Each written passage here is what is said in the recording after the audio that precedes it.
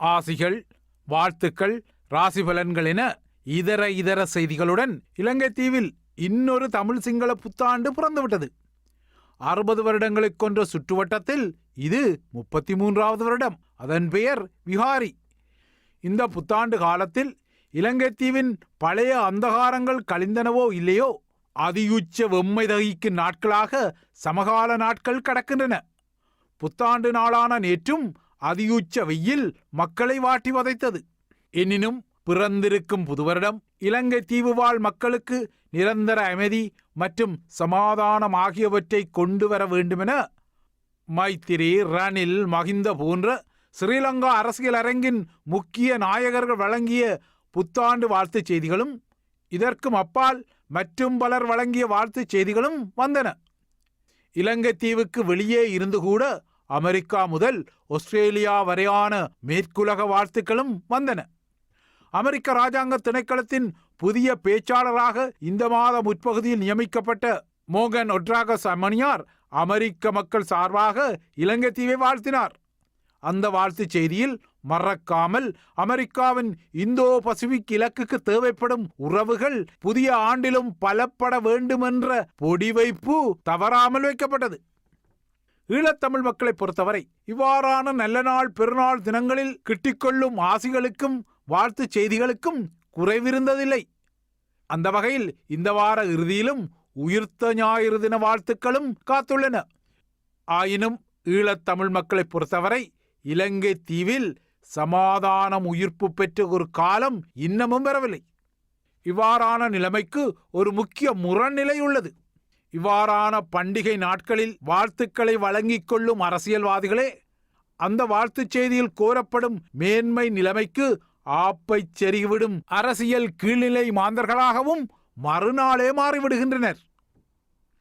இப்போது கூட இலங்கை தீவின் புத்தாண்டுக்காக அமெரிக்காவும் சீனாவும் போட்டி போட்டு வாழ்த்துக்களை தெரிவித்த பின்னணியில் தமக்குரிய ஆதாயங்களை எங்கிருந்து பெற்றுக்கொள்ளவும் கொழும்பு அதிகார மையம் முயல்வதுதான் தெரிகின்றது.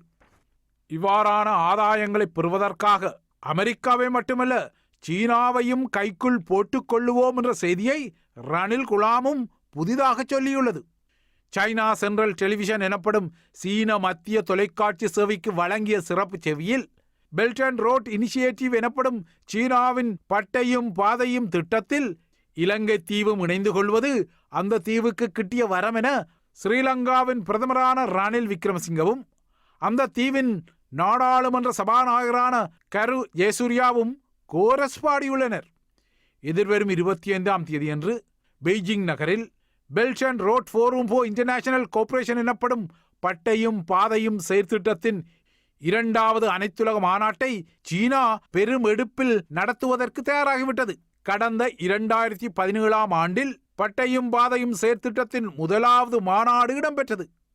இப்போது இந்த ஆண்டு, அதாவது எதிர்வரும் 25ஆம் தேதியன்று 2வது அனைத்துலக மாநாடு இடம்பெறவுள்ள நிலையில் ரணிலும் கரு ஜெயசூர்யாவும் தமது கூட்டான கோரஸ்களை பாடியுள்ளனர். சீனாவை பொறுத்தவரை மஹிந்த என்ற பலாக்காய் கடந்த அக்டோபர் 26 தனக்கு கிட்டாது விட்டாலும் ரணில் என்ற கிளாக்காயாவது இப்போதைக்கு கிட்டியதே என்ற ஒரு ஆறுதல் நிலை உள்ளது. இந்த ஆறுதல் நிலையை ஆறுதல் படுத்துவது போல ரணிலும் சீனாவின் இலங்கையை மையப்படுத்திய பட்டுப்பாதை திட்டத்தில் ஆர்வம் காட்டியுள்ளார்.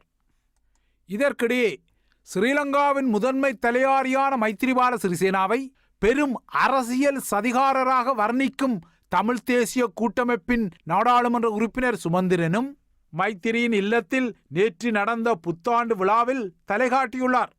மைத்திரி வழங்கிய சுபநேர விருந்து உபசாரத்திலும் அவர் பங்கெடுத்தார்.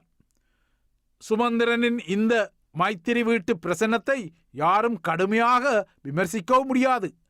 அவ்வாறு யாராவது விமர்சித்தால் கூட இது அரசியலுக்கு அப்பால் உள்ள புத்தாண்டு பாரம்பரியம் என்ற ஒரு சமாளிப்பான பதில் வரவும் கூடும். ஆக மொத்தம் கைதேர்ந்த அரசியல் நகர்வுகள் இலங்கை தீவில் 2 பக்கங்களிலும் இடம்பெறத்தான் செய்கின்றன. இந்த நிலையில் ஸ்ரீலங்காவில் இன்னும் ஒரு ஆட்சி கவிழ்ப்பை மைத்திரிபால சிறிசேனா மேற்கொள்ள கூடும் என்ற ஒரு அரசியல் புரசலான பரபரப்பு மிகுந்த கதை புத்தாண்டு காலத்துடன் உலாவரத்தான் செய்தது. கடந்த அக்டோபர் 26 நடத்திய அந்த 51 நாள் குழப்ப சதியைப் போலவே எதிர்வரும் அரசு தலைவர் தேர்தலுக்கு முன்னர் மீண்டும் ஒரு ஆட்சி கவிழ்ப்பை மைத்திரி செய்யக்கூடும் என்ற செய்திகள் நேற்றும் வந்தன.